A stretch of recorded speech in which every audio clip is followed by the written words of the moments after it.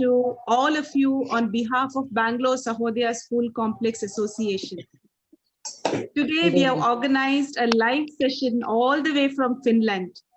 And this is possible with the support and help from Modern Classroom headed by Yasin and Mehbubullah Khan, whom we fondly call KK.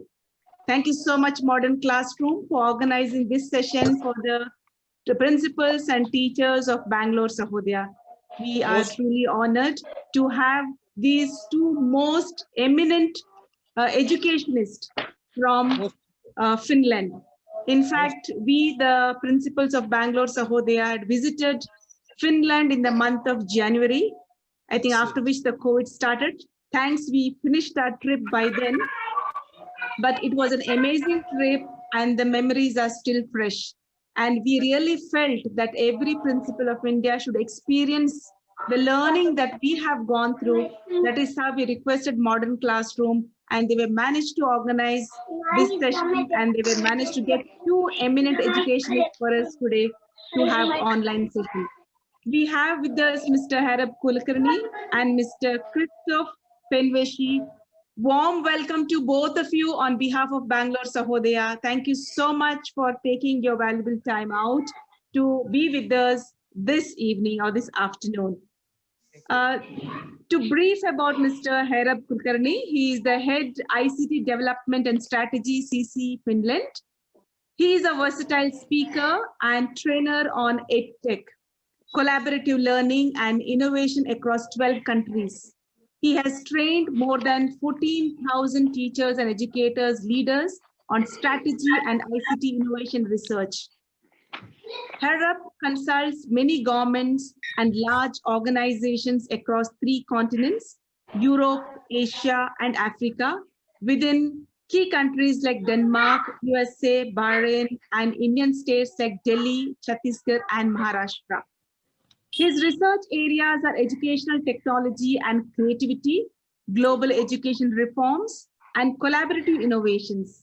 As an educator, social entrepreneur, and technology wizard, he is on the advisory board of many educational institutes and innovative startups across Europe and India. He has held leadership positions across large MNCs like Nokia, Lucent Technologies, Skyworks, and Accenture, with vast experience in technology, architecture, and software development domain.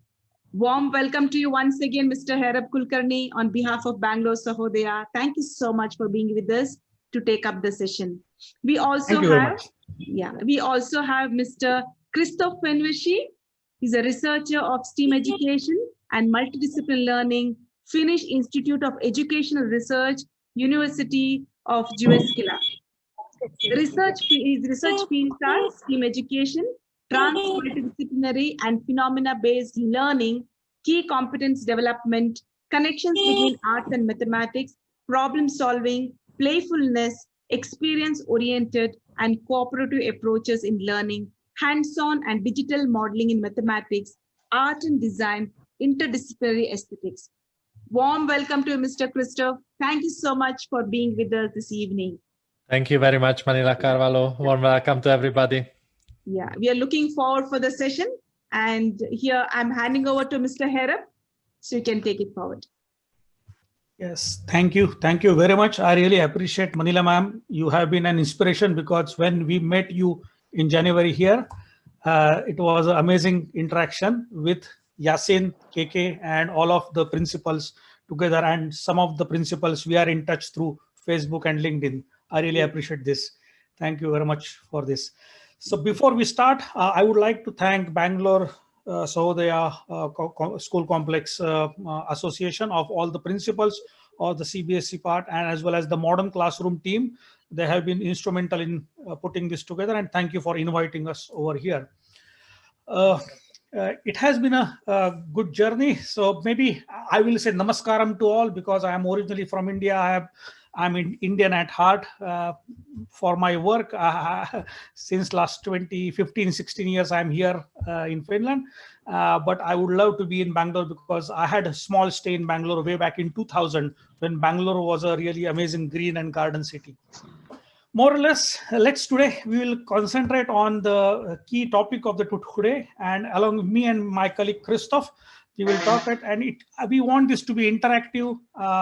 So please feel free to ask the questions and comment.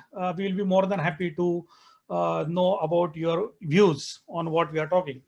So the overall topic is on the educational research and the overall idea of how the new things are happening in the current context of NEP 2020, National Education Policy 20, and how we can be able to find out the real mix and match between the global education reforms happening and how we can place ourselves in India, as well as what we can learn, as well as what we can give to the world as well. I'm giving some examples from Finland as well for the same. So that's the first part. Teacher education is a key part for that, and how that is a real action research is going to make the change. I'm going to give some examples and case studies. Then we'll talk briefly about the EdTech solutions and the creativity connected with that. And then my colleague Christoph will have the comment on the and presentation about the connected arts with the mathematics and experience-oriented learning all together. So let's go to the key crux of the story now. Those who have already been to Finland, they might be already knowing this, but those who have not been here, it's a amazing land altogether. We have right now just snow outside. It is the first snow of the season we got just in this week. The real secret behind this of amazing country being happiest country and so on is under the education. The education, where the education is free, open for all. It's a very high quality concept of lifelong learning with a no dead ends, a good quality early childhood education, a first country to have its early childhood education curriculum. So all these concepts with the equal learning opportunities, they are the key building blocks of the Finnish education. So the key concept here, because the Finnish population is just 5.3 million, everyone's ability and everyone's skills are to be required for the nation building. So for that, it is really important to get the quality of all the people who are working, and they should be able to use the best of the people. They should take out the best from the part, and that's the goal of education. So goal of education is to get the best of everybody's potential. And today we are going to discuss briefly about how the research oriented thinking can help in doing this with the help of creativity. So at CC Finland, we have two basic principles on which we work. First is everyone is creative by default, and creativity is not only in arts and crafts. That means creativity is in everything, including physics, chemistry, biology. And I'm going to give the examples of creativity and collaborative learning through my work here, and so that we can be able to explore that part. So let's go to the next part. You have seen this video with all ideas behind why Finland is doing good, and the real secret is education. But what is the secret behind the education? And that secret is this: only 3 lines. First is a teacher as a researcher. And second, the teachers here are highly valued and they are a trusted professional. I'm using the words very carefully because a professional word in many parts of the world is considered as a business oriented. But in Finland, we consider this as a very trusted professional. For example, in many countries, you believe in doctors, engineers, because they are highly qualified. Similarly, in Finland, we believe in teachers. ഒത്തിരി research ചെയ്യണം. And the one more objective that is there is a student as an active learner. How to make a student as an active learner? So these are the three principles which are the secrets behind this process. Now, I'm sure that you are all also doing in the same thing. In many of the schools, you are doing amazing job. We know that already because CC has been actively working with the governments within India as well. And we have been already working with many schools. But something is going to happen in next few years, and that is NEP 2020. So it is going to transfer the overall structure, curriculum. It is going to change how we see and approach the learning. And it is not only a structural change, but it's an approach change. I think from the history, we have to learn from the history. And now here, I'm not talking only as an educationist, but I'm talking as a part of an Indian who is really would like to make a difference in this case. Brain Way back nutrition. in 2009, A leafy vegetable with we implemented, Sir, you're on mute, sir. I think there was a lot of background noise. That's why that's why I guess the coordinator of this call muted everyone. But thank you very much. So I really appreciate. Please give me feedback. Thank you. May I request all of you to please mute yourselves? Yes, that would be fantastic. Thank you very much. I appreciate this. So this is the approach change altogether. And what exactly it mean by the approach change? Because way back in 1970s, Finland also did this kind of reform. Finland was having its own problems, having its own challenges. If you see the Finland back in 1970s, it was not the same. Can I still request everyone to just please mute yourself? So because I request all participants to please mute yourselves. There's a lot of background noise. Thank you. I Ma'am, appreciate the host of the program can mute every.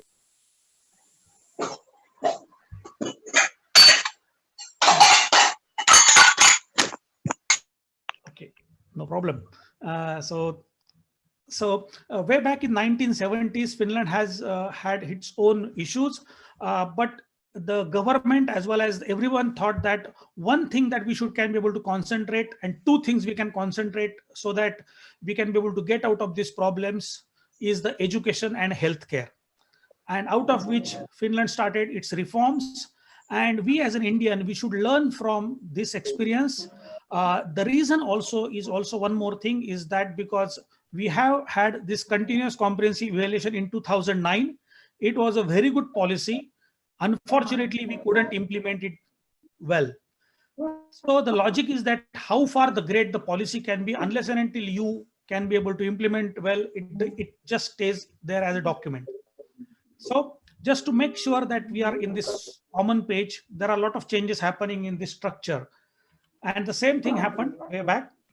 But if I read the key principles behind national education policy, and I will find very attractive words like equality, pedagogy, inclusion, community participation, or conceptual understanding instead of rote learning, critical thinking, creativity. But if I summarize all these things, one thing is going to make the change is that we are moving away from content and we are moving towards the skills. So in short, what we are looking forward, that how we can be able to impart the skills rather than just transferring the content to our students, those who are the future for us. The point here is that it is easy to say, but it's very difficult to implement. And that's what Finland is doing for last 40 years. We can't say that Finland is highly successful in this part, but there is a goal in which Finland is working on. Obviously, PISA and everything can tell that, okay, it is better than others, but I guess Finland and all educators in Finland are not satisfied with this that we are the best in the world kind of thing, but definitely we are doing something better than the others. And me and my colleague Christoph will talk about what exactly that better things are there and how things are happening. So concept here is we are moving from content to skills. Now, before we go to the next part, I want you to tell me so that we can learn from this part. I'm sure that everybody on the screen can see a website. I request everyone to open your mobile browser or your PC and just go to a website called menti.com. You can see it here on the top. I will also copy paste this in the chat window so that you all can can be able to see. And so I have already okay, I will send it to all. I think everyone in the waiting room is. So you can see here and everyone in the meeting. So you can see this. 1 second, I need to go back and 1 second, I need to go back and open this as a part of the.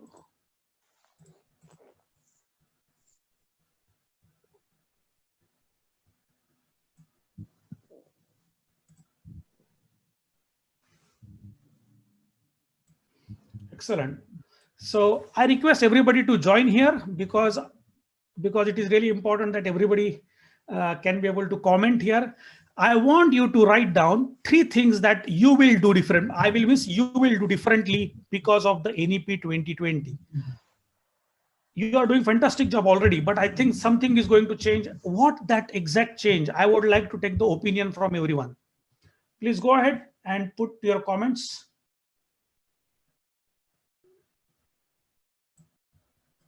We will just wait for a couple of minutes because you will see the ideas coming here. The logic here is that why we are doing this study or this research, because Education Finland, which is an organization here at the Ministry of Education, CC is an official member of that, and we have been given a task to search and do study and lead the project about how the educational changes are happening because of NEP 2020 in India and post COVID-19. So we would like to know from you. At the same time, you are welcome to join us for this research. It's open invitation for all. Wow, I can see that. Wow, there is a localized content is there. Give examples from daily life while teaching. Good example. Okay, so we find also some good students who are giving very ideas which I can't read actually. But okay, skill-based learning, more practical learning, very good. Hands-on activity, learning new things, application-based teaching. Wow, superb. So I think you are going to do this, and as well as many of you are already doing this. What we can learn from this example is that more and more active and collaborative learning is required for the future. And there is a logic for that as well, which is obvious, because when right now a kid in 2020 who is entering the preschool, after 16 years he will be completing his graduation and so on. So way into 2036 or 2040 he is going to be in the job market. So we can't teach him everything what he would need for the job, but we need to give him or her the experience by which he can be able to develop his own thinking, critical thinking, collaboration, and communication, which are the 4 C's of the 21st century. By the way, I use this tool Mentimeter. It's open for all. You can use it as well, just to show that in this world after COVID-19 or post COVID-19, when the schools, even if it starts or do not start, we as a teacher should be able to use this kind of tool so that we can hear from the students in a very innovative and creative way. So let's make the use of technology, because I can see everyone here, those who are really parting for that. And on our website on ccfinland.org/edtech, you will find plenty of tools and examples like this. And there are some different courseworks, how you can be able to use it for this. But let's go and thank you very much for these comments. I really appreciate this. And let's go back to our, oh, wow. I can see that there are more than 98 participants who have given the response for that. But let's see how this goes with the. So how this overall part is required, because right now it's your work, because government has given the policy, but now it's our work. It means our work as a teacher and principals or the school leaders to really implement the policy. And I will give the reason because that government can't make the changes. It's a teachers who can make the changes. And way back in 1970s, Finnish teachers took this challenge and they really did this. There was a lot of resistance problems happening there. This was a structure way back in 1970s. It was very traditional structure where you can't go with the, you can't have a lot of flexibility. In this structure, you can see that by the age of 10 itself, you have to plan whether you are going to grammar school or civic school.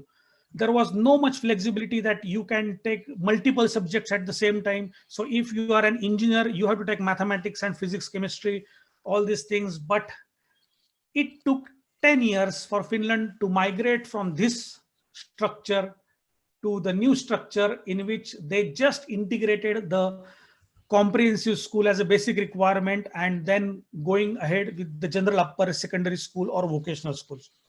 This total reform took more than 10 years.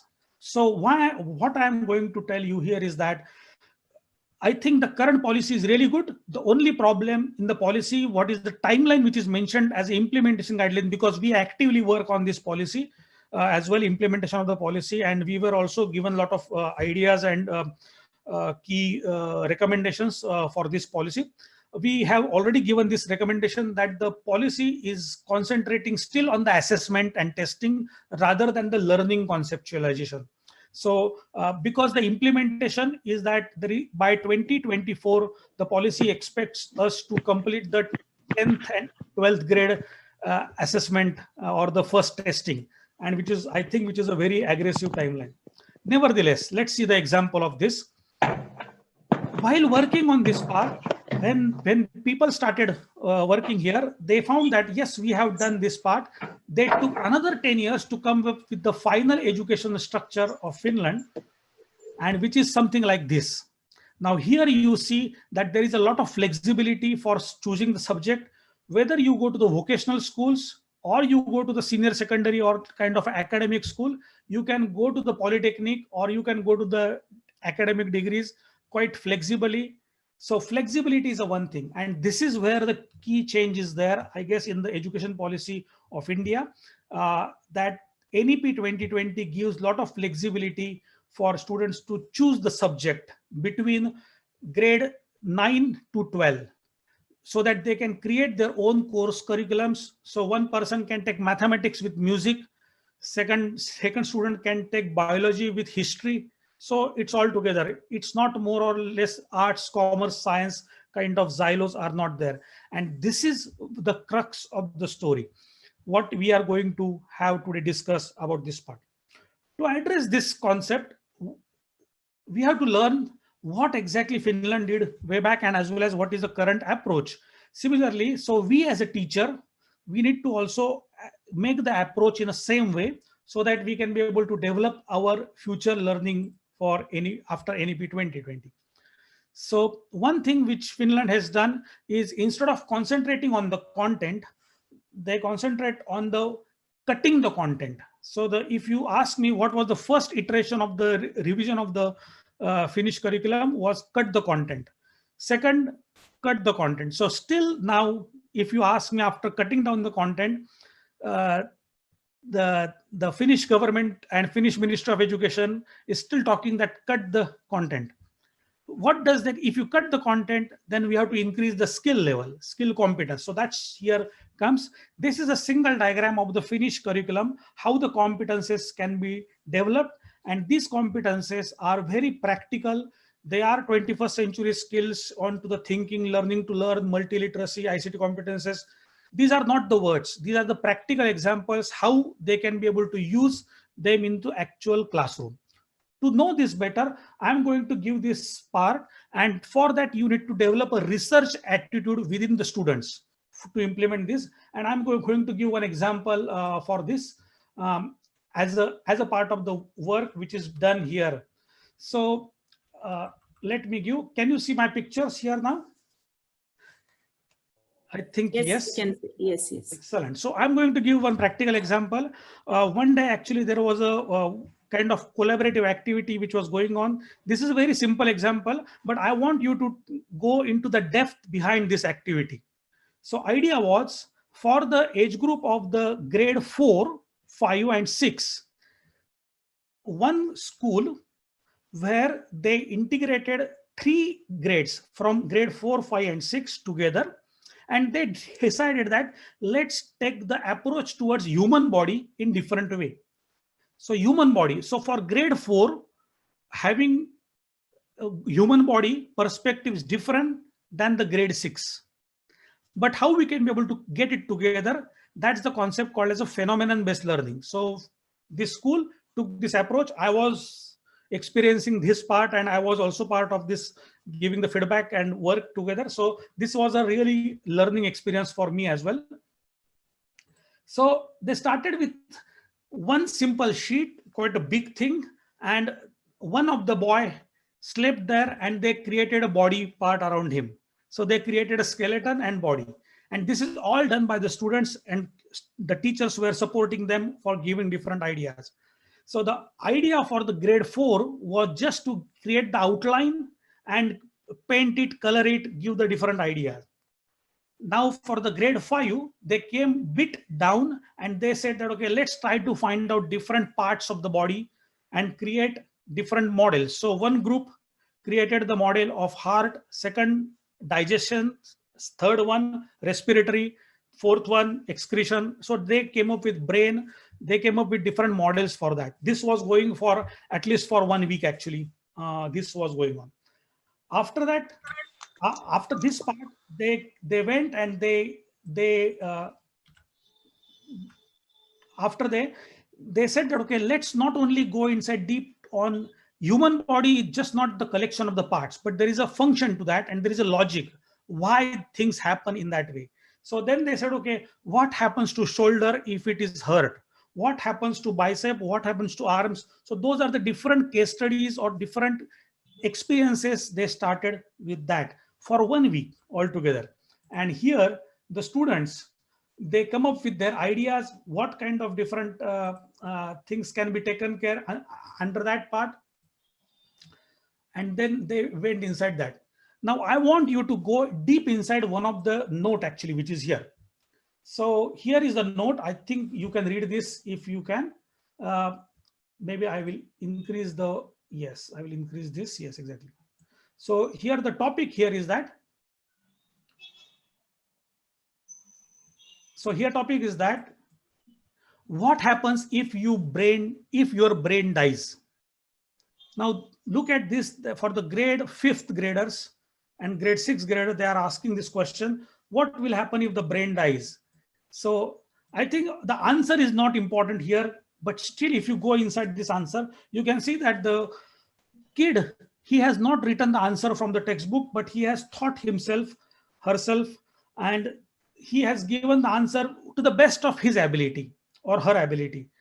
But this gives them opportunity for reflection and sharing their ideas in a group, and as well as with their peers, as well as with the teachers. So this is very important part. So when I say collaboration is a key crux of the 21st century skills, this is the example for that, how they work here.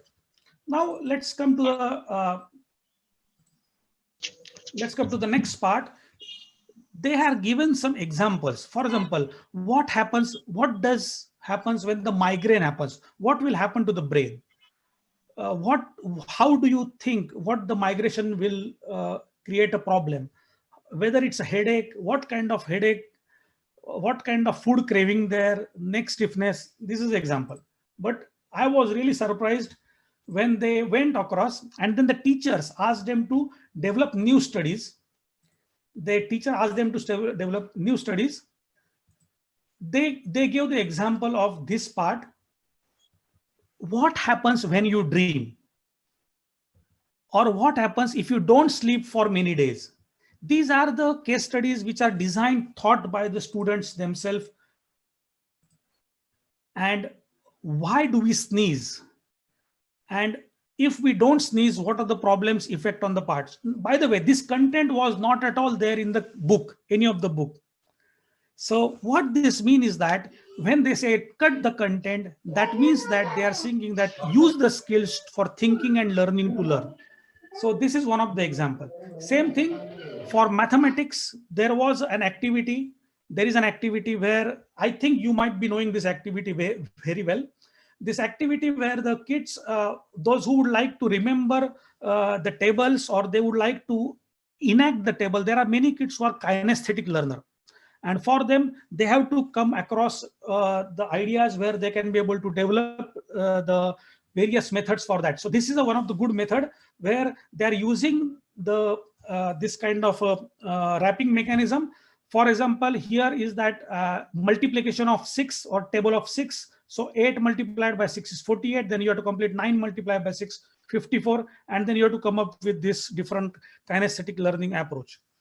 Now, how this is possible? I think that's the next question. There are many examples, but because of the lack of time, I will go only to this example to give this example to you. How this is possible? Because this looks very abstract, and that's what, as a teacher of the 21st century, we also do work with the abstract thing. For that, Finland did a very important thing. Earlier in Finland, the teacher education was just through the seminars way back in 1970s. But in 1996, Finland took a very important step, and it was a gradual step that everyone should be minimum master degree holder in education, and they should be able to complete these subjects, which is, if you see the subjects here, they are very research-oriented subjects. Research in teaching and learning, advanced research, research methods. These are the important topics which are there. But I think the only subjects are not important. There is a huge impact, or there is a huge allocation of the study which is given for the master thesis and seminar, which takes at least 6 months of your work. So that's why we say that the teachers as researcher, and there you will find plenty of examples in the Finnish classroom how they can be able to develop this part. So researcher is not only the person who is sit inside the university and do research, but every teacher in Finland is a researcher, because they use the action-based research very actively and very amazingly altogether for that. So you will find more example on how these things work. And to make this possible, this is a very interesting book called Phenomenon Learning from Finland. This book is been written by Dr. Kirsti Lonka, who herself is an amazing and educator and researcher, and she has given how to connect skills to the curriculum, how to use the action research methods in the classroom, and how Finland has done it, and how to break the curriculum so that you can be able to use the active learning methods for this part. So this book is available, by the way. This book is available in India as well. You can see it. You can see it on the website. The outside India, the price is a bit expensive, but for Indian edition, the price is quite reasonable altogether. Now, coming to the point, as a part of our work at CC, we work during COVID, we work with various schools and governments to work on different strategies. And for that, we work also on the strategy and implementation plans. We conducted some webinars on that. But more importantly, now what we have created with the help of eminent educators across India, something which is called as a NEP 2020 Awareness Drive. This is a coursework for 50 hours. This is open for the teachers, principals across India. There are 3 reflective assignments are there. Currently, we have made an agreement with Chhattisgarh, Maharashtra and Goa to enroll these courses for the teachers. And because one thing we found that there is a disconnect between the previous policy implementation was the awareness till the last point. What the strategy planners would like to convey the message to the teachers was not clear. So this thing will help that part altogether. So, and as well as because I can see that there are many teachers are here and principals are here. Along with Education Finland, we have this program called as a Learning Together. if any one of you are interested in sharing your research and ideas to the rest of the world, that how the NEP 2020 is going to change within your school or your city, you are welcome to join us, and we are collecting your video feedbacks as well as your points of views soon.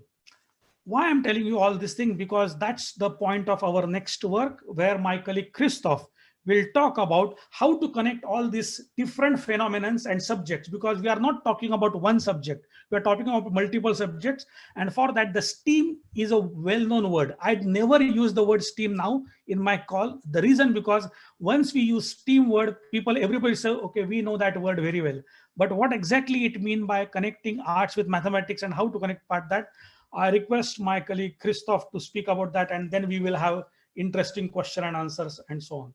Thank you very much for your time. I really appreciate this. Thank you very much, Haram Kulkarni. It was a wonderful talk, and it was really exciting to see that we have a huge audience here, a huge number of participants, so more than 470 people, and you are very, very active. I really enjoyed to see the Mentimeter opinions, so it's a great pleasure and a great honor to be here. Thank you a lot for Manila Carvalho and Mahbubullah Khan to make this event possible. So let me share my screen. I prepared a talk to you today called Embracing Uncertainty. That's the title of my talk, and boosting creativity in learning with Finnish models of the mentioned STEAM education. So when I came up with this title, Embracing Creativity, of course, I had different levels of uncertainties in mind. First of all, my own uncertainty that how I can present you this almost 100 slides, which I connected in half an hour. So I was really uncertain about it, but based on the very kind introduction, I can skip many slides about my background, fortunately, thank you. And also Haram Kulkarni gave you a really deep, insightful a presentation of the Finnish education, so I can also be faster with some of these slides, which would just repeat his information. So my uncertainty level, at least on personal level, personal basis, a little bit decreased. But as Mr. Kulkarni also mentioned, that we have beautiful snow here in Finland, just falling and falling from today. I show you the look from my window, and you could see that this contributed to uncertainty quite much on the city scale in central Finland. So many uncertainty on the roads, because not everybody thought to change the tires yet. But let's turn this question and this topic a little bit more serious. And of course, there is a huge uncertainty all around us in these days, which is actually caused by something which looks like this. I think you have seen this many times, at least not in three-dimensional model, but at least on picture. So the COVID-19, of course, contribute in an impossible extent to the uncertainties what we are having day by day. And actually, to use this word impossibility, that's, I think, also a key concept for what I mean by embracing uncertainty.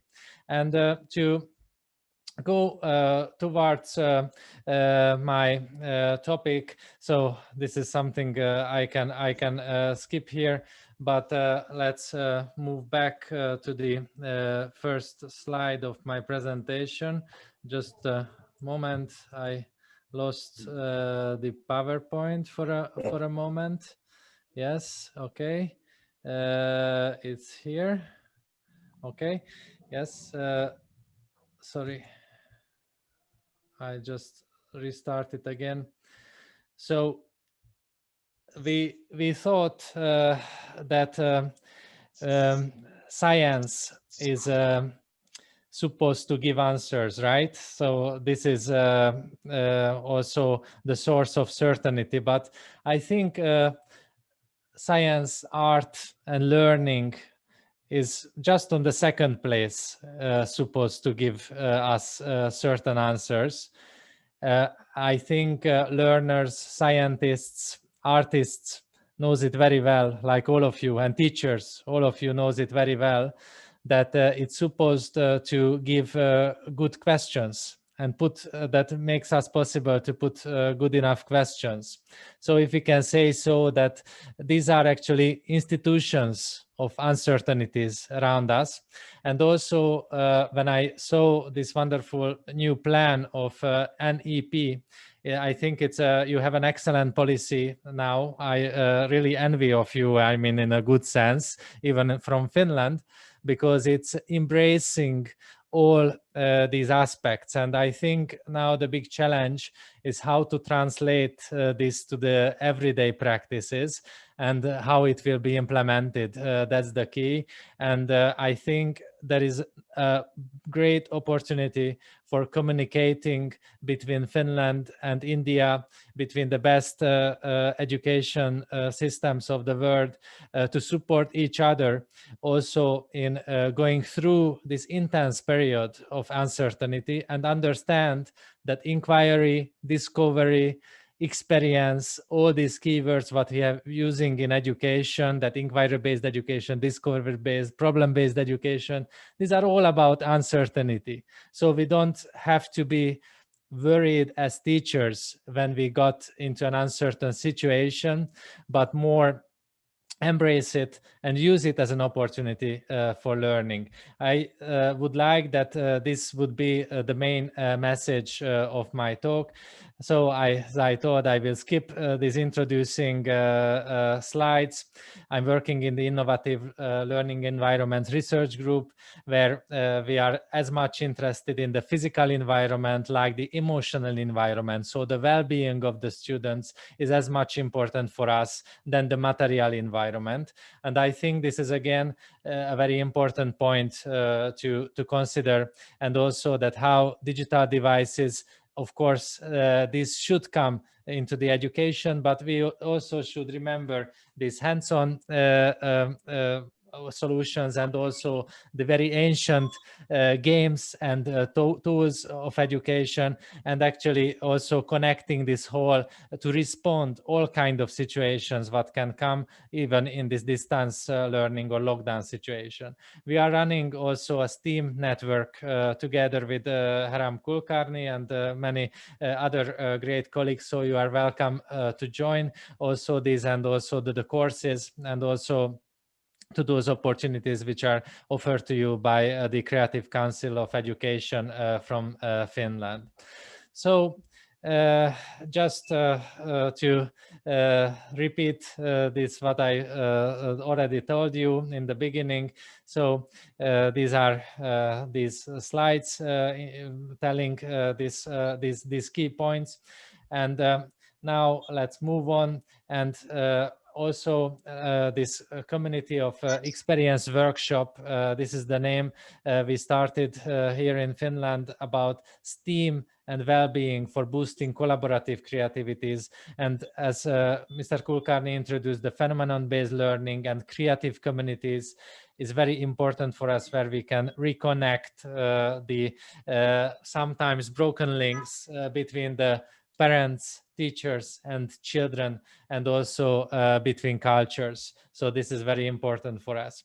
And actually this great need for having guidance and having answers and having helping hands in this situation of distance learning, and also in this situation of lockdown, has been already shown and proved by several occasions. It's proved, you are the proofs now that you are here in this very large number. And actually in last April, we just organized with the coordination of the Kulkarnis of Finland, this United Nations World Day of Creativity and Innovation, where we had like 12,000 unique participants in this event. So this is something important sign that we need to be more connected along these lines, what also NEP offers to you now to think about how to implement it. And we need to solve together these challenges what comes to the implementation of these beautiful policies, that how it will be contributing also to a little bit more beautiful everyday reality. So just a few images that how we transformed also our hands-on projects in the time of the COVID. So I already shown this three-dimensional model of the COVID-19 virus. So I think it's very important to give more opportunities to the children to understand what's going on around them, and also the geometry of these viruses, which also make connections to art and also makes connections to the solution of this problem is very interesting. So basically what I have shown is not so much different than an everyday football, actually. So this is the main structure, but these spikes are moving very fastly on the surface of this football, and this football is not a perfect football as I'm holding in my hand. So the geometry of this structure contribute a lot to this problem what we are facing here. And this is my colleague from York University, who is the greatest expert currently on virus geometries.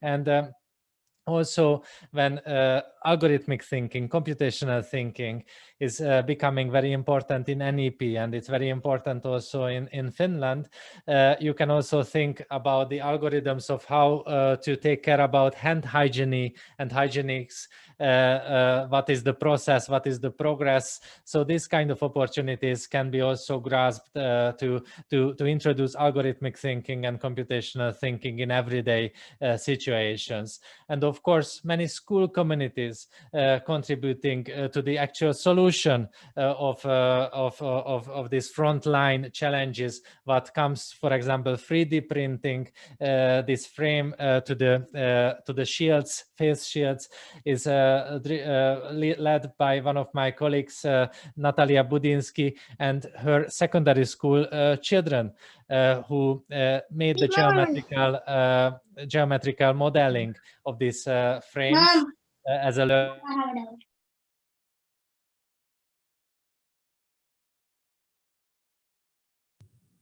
Mr. Christoph, could you please unmute yourself? Yes. Thank you. When you lost me? No, just a minute. Okay, yeah. Okay. So sorry. The geometry again, what comes to these frames of the face shields and the 3D printer in the classroom allowed these children to contribute to this fight, and they could deliver it as a part of their learning project, these face shields to the local emergency group. Mm-hmm. And many times we can see that STEAM is in the role of coming from these emergency situations, that how you can respond to a real life problem, how you can connect different kind of resources, limited resources, so problem solving at its best. So this is coming from actually South Korea, where they have also similar tendencies going on in reforming education, and actually it's inspired by a US science exhibition, how to handle emergency situation through scientific knowledge. So we can see that these elements, these components are already there. We just need to combine, and we just need to find the time and effort and also resources in some sense to make this happen.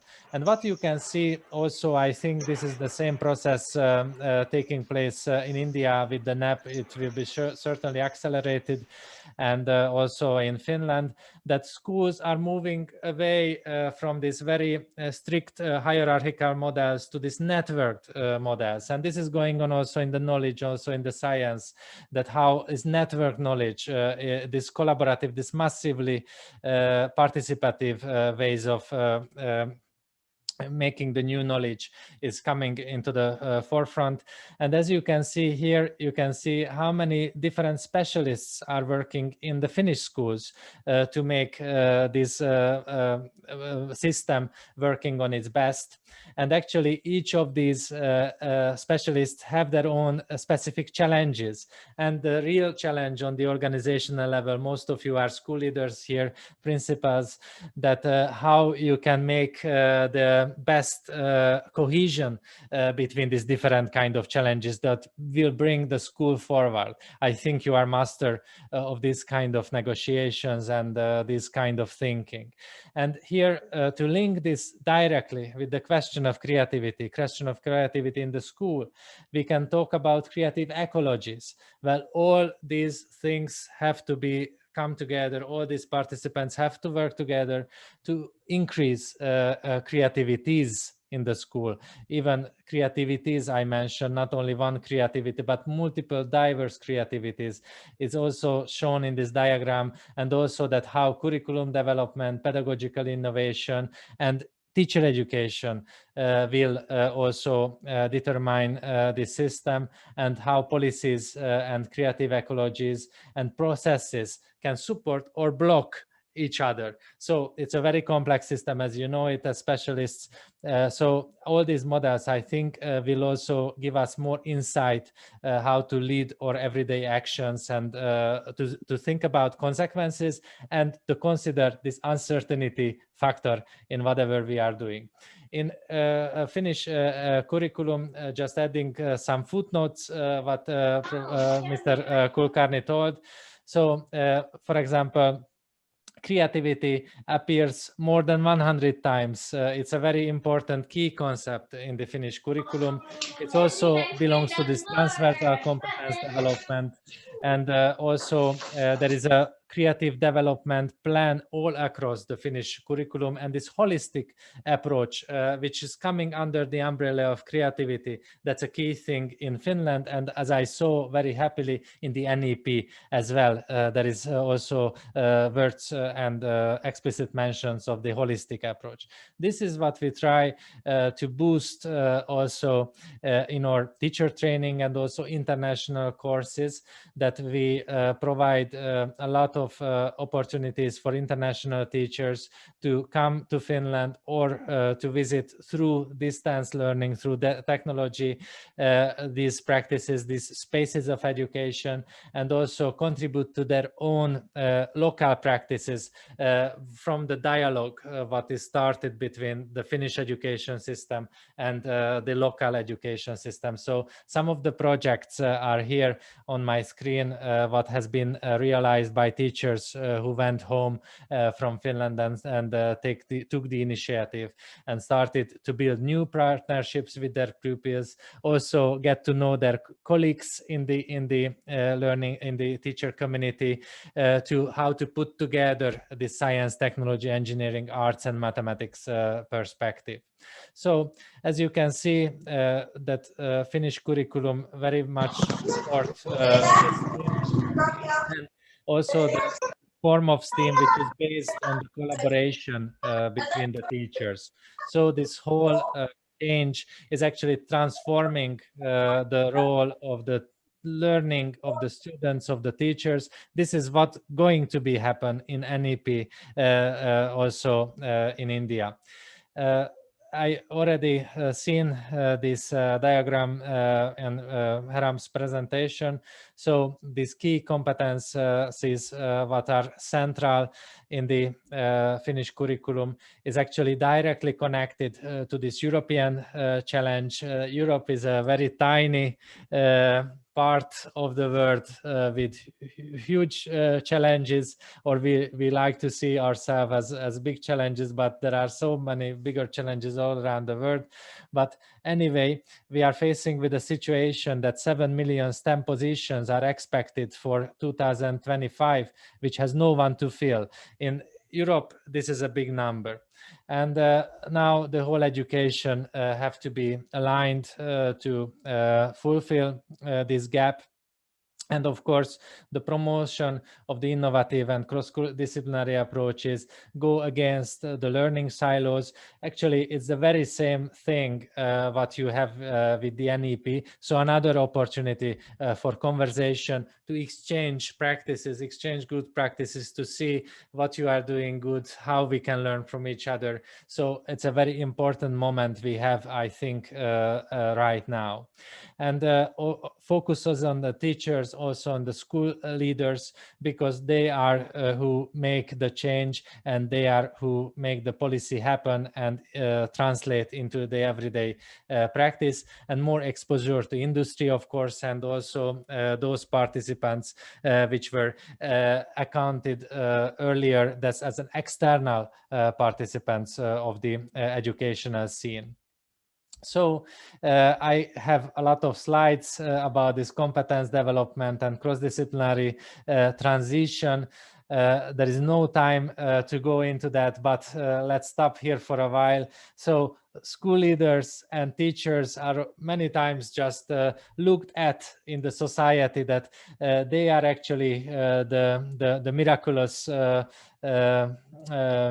can I say, magicians who just come out of the box and make the miracle happening. So I think there is too much on the shoulder of the teachers and also on the principals currently. So we need to give more support in this level, and that's how also this international collaboration and the work what you are doing, organizing these symposiums, and what CCE Finland is doing is just have the key importance at the moment. The other point, and this is the uncertainty component also in my presentation, very important, is sustainability and sustainable development. This is the third leg of the Finnish curriculum. So if I mention creativity, if I mention key competence development, I should put right next to it sustainable development and United Nations Sustainable Development Goals.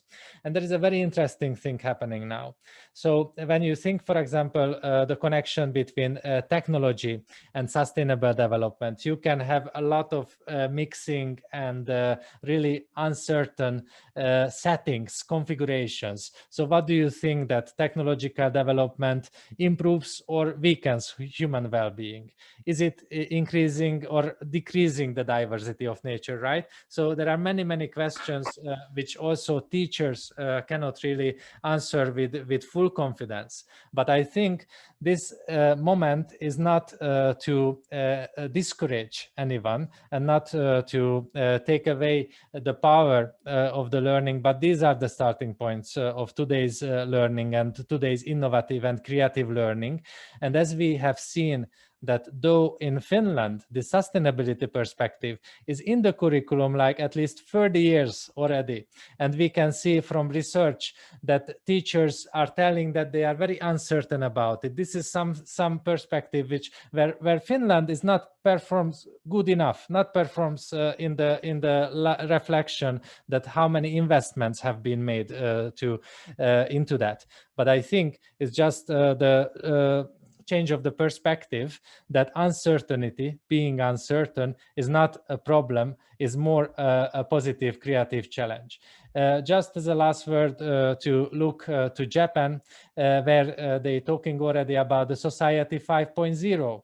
And they have a very techno-optimistic view on how this Society 5.0 will operate and how technology will support the environment and everything. Well, how we don't know it yet.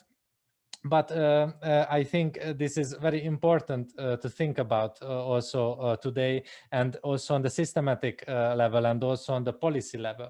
So just to close my talk with a little show of children's artworks, what we are collecting now all over the world. These artworks are from South Africa, South African children who are connected art and mathematics in their artworks. So I also would like to encourage you to ask your students to create these mathematics and art or science and art artworks. And for example, you can see, for example, in this piece, My World During Corona Crisis, this 12-year-old boy, very complex way grasped these many uncertainty factors in the daily life. But another perspective from South Africa, right? I think this artwork is not only connected to South Africa or against racism, this proportionally equal. It's told in the language of mathematics and art, these very important notions. I am because we are. So you can see the children artists and their work. Also a lot to tell about sustainability and a lot to show about future-oriented thinking. So I think we are all connected to a very rich source of creativity, which is called imagination.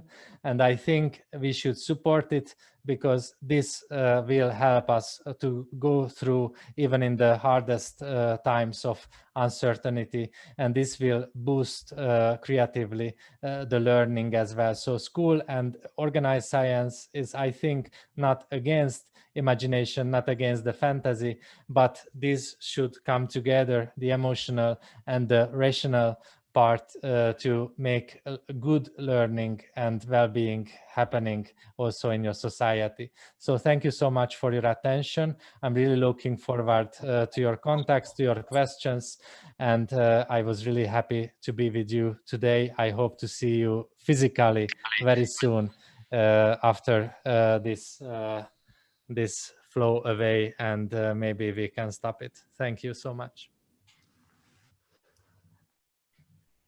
Yeah, thank you so much, Herab. I think now we'll take a few questions. I think some of the questions have come in the chat box. We have Mrs. Ambika Vijayan who will be taking the questions on behalf of the participants. Ambika, over to you. Good evening, everybody. I think one of the questions that Mr. Herab Kulkarni has already answered on the chat box. However, I think many of them would have missed it. So I'll just repeat that. Is there any online course for teachers in Finland? Because I'm sure many of them would love to take these online courses. You're muted, Herab. Yes, exactly. So first of all, thanks for the question, and we will be more than happy. We have already shared some of the links. To take the things in context, we have almost series of more than 70 different streams of online courses which are available for the teachers to take.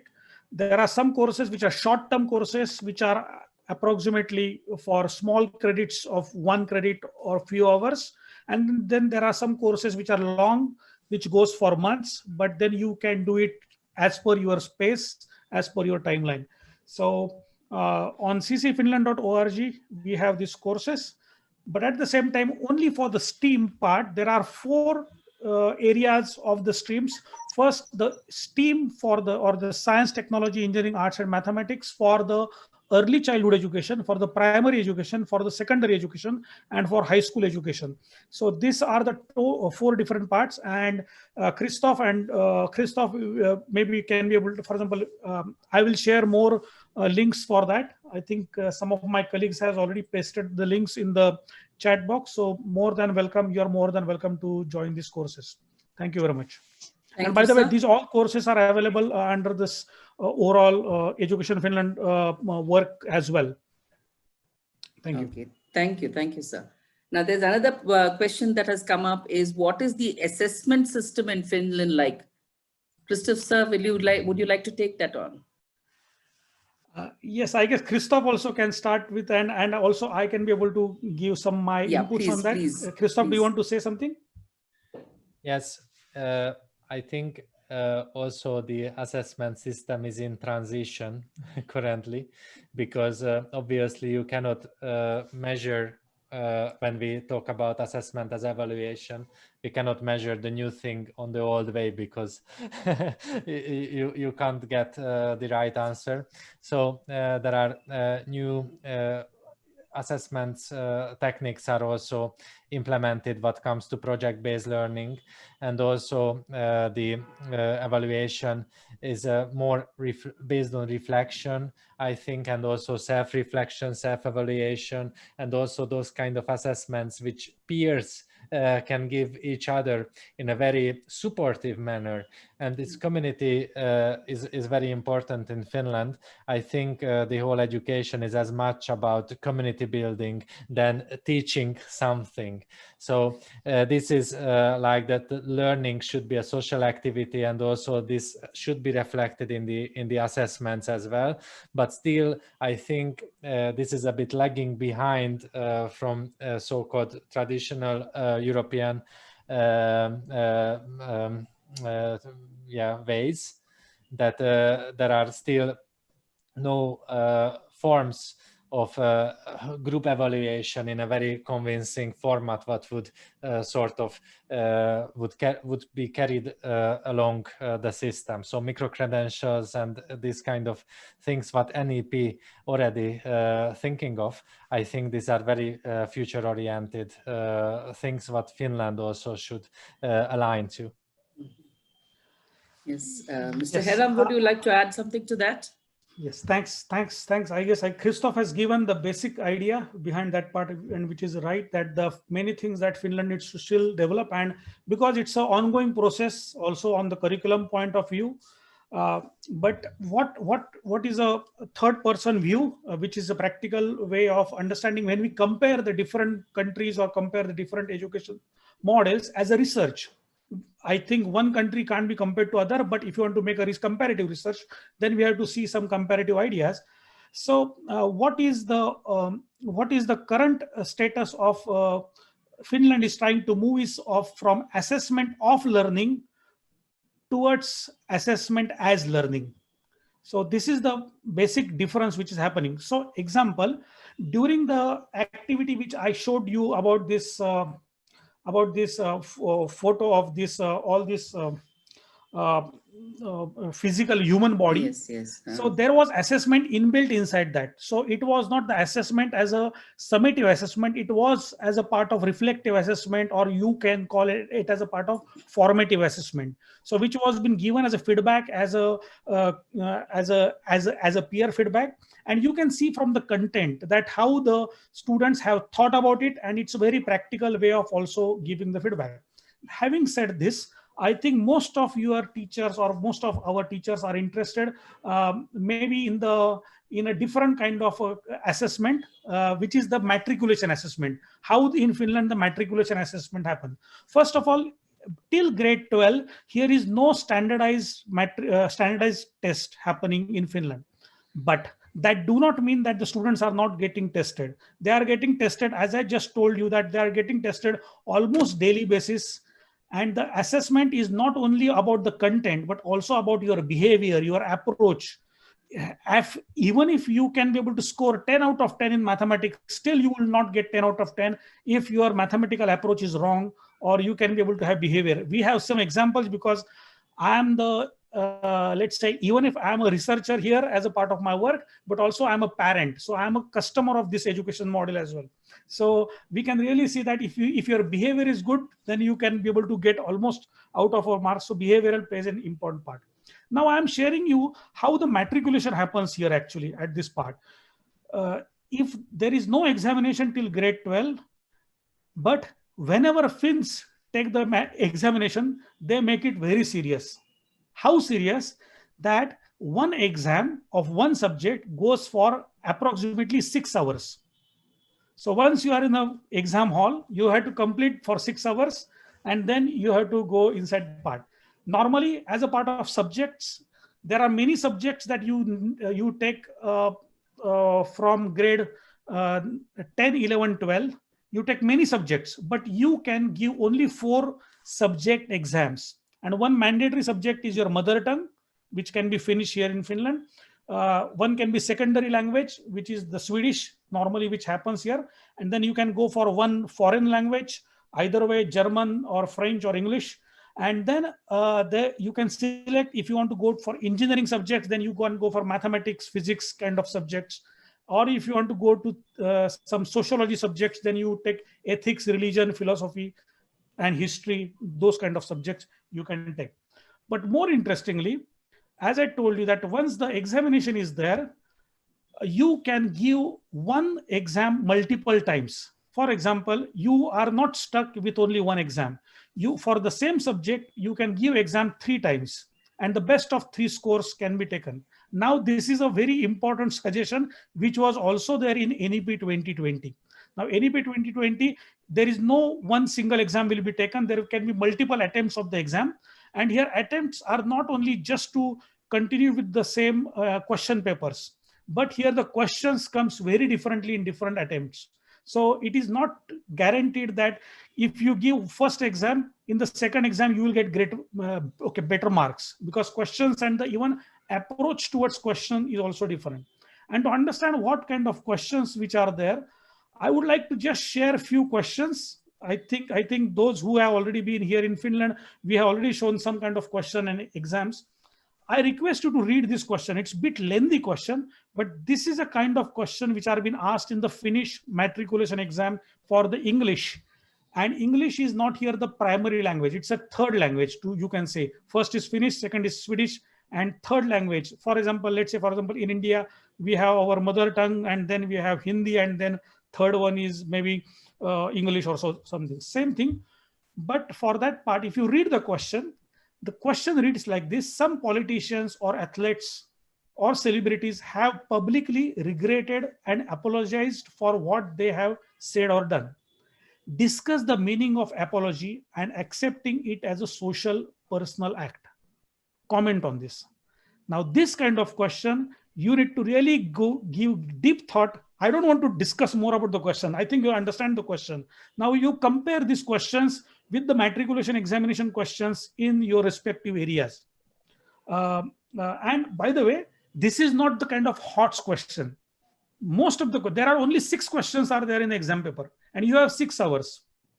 So you have to answer almost one question for 1 hour. So you have to write your entire logic, and there is no question is repeated in last 20 years in Finnish exams. So this is what I guess the assessment that what is being discussed. I hope I tried to answer the question. Yes, thank you very much, sir. And one last question that I think quite a few of them had asked is, what is the strength in each class? Because when you go into the actual teaching part of it, the numbers in the class do matter. Christoph, if you want to say something, or I will add. That because there is some huge noise coming from somewhere. Yeah. Okay. Christoph, could you please repeat it? Would you like to comment first? Sorry, I didn't heard the question because of this noise. Okay, no problem. I will repeat the question and then I will answer first, and then you can add to it. So question, and this is a very golden question which we get always part, that how much is the Finnish classroom strength? How many students are there? What is a student to teacher ratio? So let me tell you some answers, and then people really say that, oh, it's very easy. I guess everybody knows this answer. Approximately Finnish classrooms are of less size. For primary grades, for grade 1 and 2, it's approximately 20 to 25. And as you go higher and higher, the classroom size gets either way increased. For some subjects like languages classrooms are a bit larger, and the physics or chemistry, because those subject specific classrooms are a bit smaller, because some of the subjects, they take it on different part, and that's the teaching methods are different. But having said this, there is a change in the classroom size in Finland in last couple of years. There is a reason for that. First of all, the Finnish schools are getting increased because of the many things. First are the many schools which are very small, they are getting together, or they are integrated getting together, so that the school size is increasing. There are many small schools are closed and they are combined with the larger schools. Second thing, the even classroom size is getting increased, and there is a more and more direction towards larger the classroom, larger the collaboration. That's the idea. I will repeat this part. Larger the classroom, larger the collaboration. For example, when my son was in the grade 1, his classroom size was of 22 students. But my younger son, he is in grade 1. His classroom size is 45. In his classroom, they have 45 students. Why? Because they have combined 2 classrooms together, and they think that there can be very high interaction, which can be possible if the classroom size is bigger, and you can be able to create a collaborative learning experience in this part. And exactly on the area what I am doing my research as well. When you are only 10 students, then you have 10 heads and brains and ideas. But when you have 40 students, you have more ideas and brains. The only difference is how you teach. If you make sure that you are only one brain as a teacher will only speak, then nothing will happen. But these 40 different brains, if they collaborate together, then there will be more student agency will be created. Students will be more will be given an opportunity to talk. I can show you a lot of videos from Finnish classrooms so that you will understand what I'm talking, how interactivity can help. So this is a brief answer. And I guess that was also a question asked by one of the teacher, that how the classroom size is there. Yes. Thank you. Haram already told everything. I just shared you a video from a very special classroom, which is on the other side of the road and run by my friend Jukka Sinnemäki. And you will see from the video many special things. One thing what is important, that the teachers have a high level of authority on what is happening in their classroom, and also the children have a high authority what is happening and how their classroom is looking like. So that's, I think, also a key thing, that the teachers are very highly trusted, that they are the experts, and even they do some things differently, there should be a purpose that why they do it. And actually school principals also usually supporting this kind of different processes in the school. So watch this video after this session, and I will be curious to your opinion. Yeah, I think we can come to the end of the session now. Thank you so much for such an informative session, Mr. Christoph and Mr. Harab. And please do share with me the link of various courses we can upload on Sahodaya website as well.